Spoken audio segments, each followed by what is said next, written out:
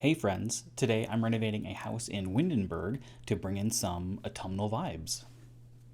So I am at the Cottage MC lot in Windenburg, and I guess it means cottage at the lake in German, which is interesting, especially since Windenburg is kind of based on uh, cities in Germany.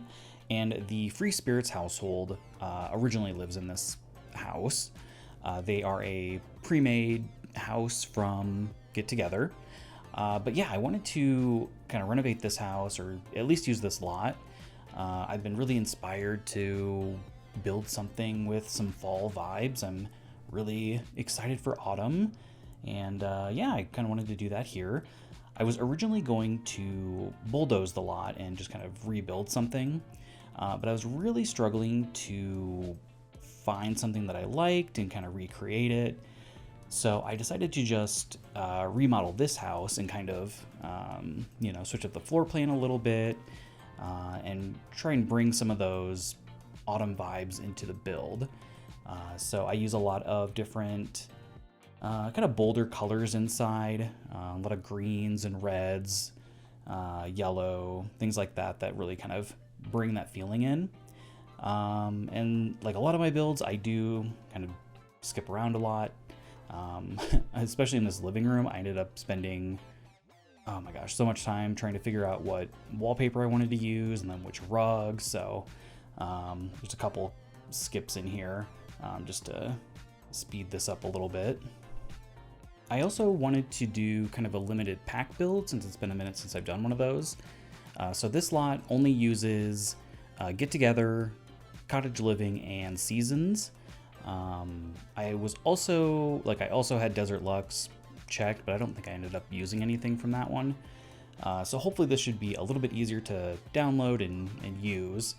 But yeah, I really love how this living room turned out, especially with these bookcases kind of flanking the fireplace. I thought that worked really nicely in here.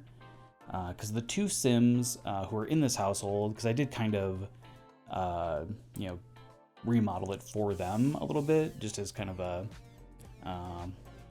the base of the inspiration, I suppose. So there's Micah Haas and Ulrike Faust. I'm hoping I'm saying their names correctly. I had to look them up.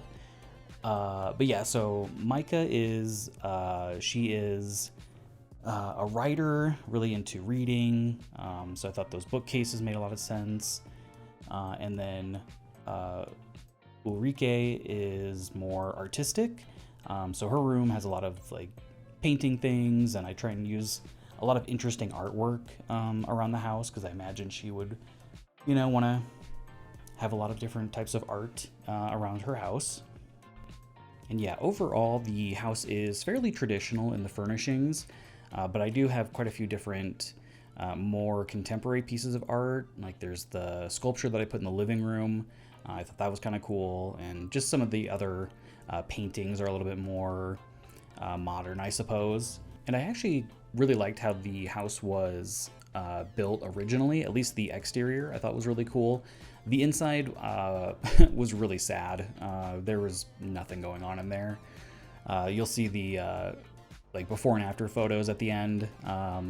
It's really kind of depressing. So yeah, hopefully you like it. I think it looks a lot better.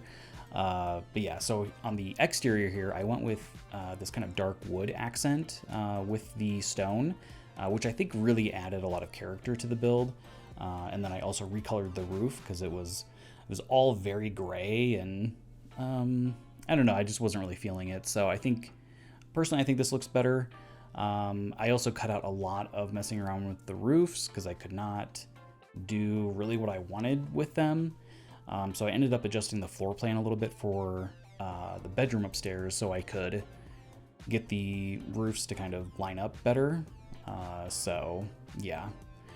These Tudor style houses are just really interesting. I've always really, really liked them. Because a lot of times they have like a smaller footprint on the ground floor, and then the upstairs is a little bit larger, kind of like overhangs, which is really interesting. I don't really, you don't really see that in kind of modern architecture anymore. So I thought that was really interesting. So I was originally going to do something a little bit more cottagey, I suppose, maybe something smaller. But yeah, I just really liked how the outside of this house looked, so I just kind of went with this one. But maybe I'll do maybe a smaller cottage later on. And I also just really liked this lot in particular, just from the trees and kind of the surrounding environment with like the water and everything. I thought it would really bring those fall vibes through that I wanted. I didn't go super heavy on the landscaping, mostly because the landscaping doesn't usually look very good in the fall season in The Sims. Everything's kind of somewhat dead, which is a little sad, but you know, yeah, at least the trees look nice, so that's good. And honestly, this house is probably too big for this lot, and this is only like a 20 by 20. So I might just redo, or I might like build a small cottage on this lot, because I think that would actually fit a lot better. Maybe do more of a garden or something. I think that would work really well in this lot. I also don't think I've ever played with this household, or I mean, I've probably interacted with them with other families, but yeah, so I don't really know a whole lot about them other than what is like in the Sims wiki or in their bios. But hopefully this house kind of reflects their personality, you know, well enough, especially with kind of limited packs. But yeah, I kind of readjusted the bedrooms a little bit too, because the one that I just did, it was the largest in the like original house, so it still is the largest, but the second bedroom was quite a bit smaller. There was like the hallway, or like the landing area there, like it continued a hallway across, which just felt like a waste of space for this house. So ended up just making, you know, her room a bit bigger, and I went with kind of a yellow, black, and gray color scheme in here, which I really thought worked well. I really like the bedspread on here. I thought that really brought that autumn feel that I was going for. And this is Micah's room, who is like a professional writer, loves to read, and there were a lot of really great base game furniture objects that worked well with the color scheme that I was going with, this sort of black and gold. And then these curtains are, I don't know, I have mixed feelings about the curtains, but they were kind of the best of the options that I had. But yeah, surprisingly, the furniture all kind of worked pretty well together. I went with that base game bookcase. I really liked how that looked in here. And then, yeah, this dresser and mirror and just kind of a couple of different clutter items. Thought the sunflowers worked nicely with the kind of yellow accents that I was going for. And I had forgotten about these leaning like pictures and like blank canvases. So I added those in for the little art space for in the other bedroom. And then this used to be just one really large bathroom, so I split it into two. And the bathrooms have a similar layout and similar furnishings, but I just kind of customize it with different color schemes in here to kind of match the different Sims. I would have liked to put maybe a powder room on the first floor, but it didn't really work into the floor plan that I had. I guess I could have made, you know, the kitchen or the living room smaller, but I didn't really want to do that, especially since there's already going to be 2 bathrooms upstairs.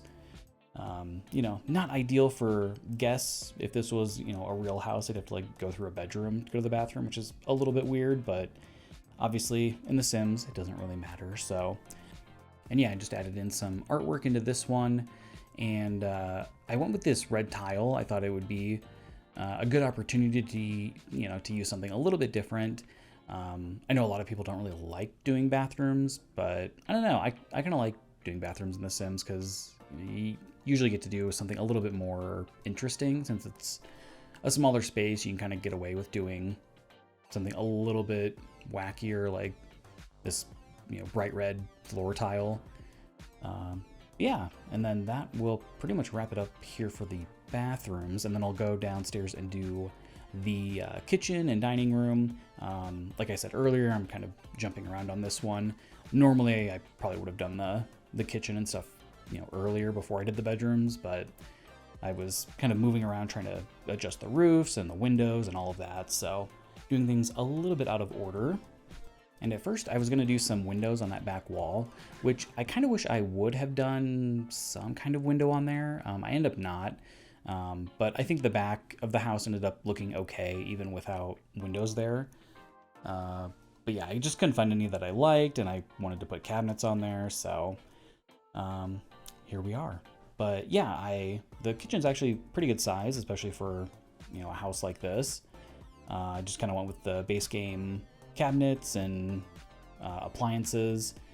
I really wish they would go back and kind of retool these cabinets though, because I think like they're supposed to be white, but they have this weird bluish tone to them. I think it's probably just a result from them being, in the game since 2014, and a lot of things were kind of iffy back then. So, but yeah, I'm just kind of pulling out some random clutter items that I'm finding, trying to make it feel a little bit more, I guess, festive for fall and all of that. And also, if you watched my last video where I remodeled a mid-century modern house for the Singles family from The Sims 2, I just want to say a big thank you for watching that, because that video did really well. I was very surprised. I definitely was not expecting that. So yeah, thanks if you are coming back from that one. This one, obviously I'm doing a little bit, something different, trying to mix it up a little bit. I'll probably do another Sims 2 rebuild for next week. There's only a few more families left to do for Strange Town in The Sims 2. So yeah, that'll be kind of wrapping up fairly quickly actually.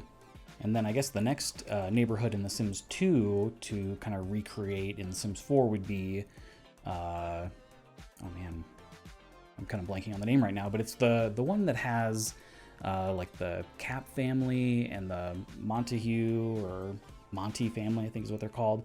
It's basically like an allegory for Romeo and Juliet, and they just kind of like recreated that in The Sims, which is really fun. But I'll probably do that neighborhood in Windenburg, since it's all, at least a lot of the houses are very inspired by like Tudor style kind of architecture.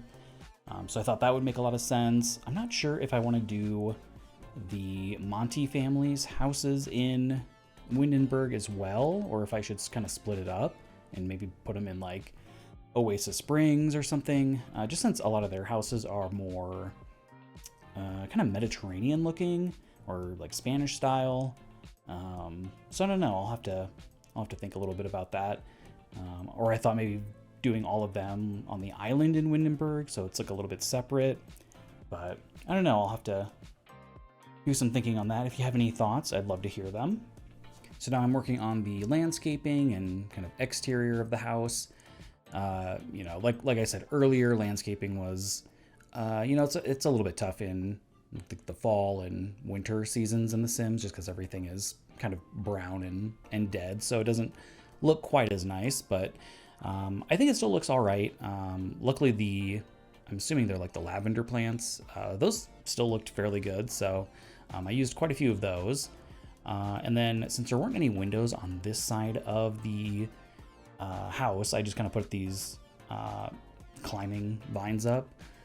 They are a little bit away from the building, so there's a gap, but we're just going to pretend that there isn't. So yeah, because that's none of my business. And on this back deck, I was really wanting to do the vertical planters, but then I realized that I think they're just from Eco Lifestyle, so I couldn't do that because that would have really filled up that wall nicely. So I just do some regular planters, and then I eventually find like a debug kind of gardening bench that I put up there, which kind of fills up the space nicely. And then I do this little fountain in the back, and then just a little bit more landscaping. And then of course I have to get a table and chairs so people have somewhere to sit, and for all the grilling that I'm sure they're, gonna do, because Sims love to grill. If you put one on the lot, they will be at it 24/7. And Get Together also introduced a bunch of different topiary, like really highly manicured I guess, shrubs and things. There's like the llama, there's like an elephant, and I think it's supposed to be a fountain. It's like the other one that I end up using here in a minute. Yeah, so I used a couple of those. I thought those were kind of fun. Maybe, you know, the one sim who's really into art also likes to do, I don't know, some sculpting of hedges. Kind of weird, but, you know, I thought I would add it in. And then just kind of going around and doing the terrain paint. And then I will finish up with the lighting for the lot. And yeah, I've really enjoyed doing these renovations rather than, you know, completely rebuilding or, you know, building something new. So if there's any houses that you'd like to see me renovate, please let me know. I'd love to do that. But yeah, just kind of finishing up with the lighting here.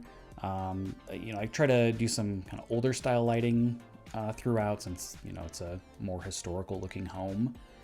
So I will finish up with the lighting on the lot, and then I will leave you with some screenshots, including the kind of before and after. And the house is on the gallery if you'd like to download it. But yeah, I just want to say thanks for watching my video today. I know there's a million other things you could be doing, so I really appreciate it. If you liked it, please leave a like and subscribe if you'd like to see more. Thanks. Have a great day.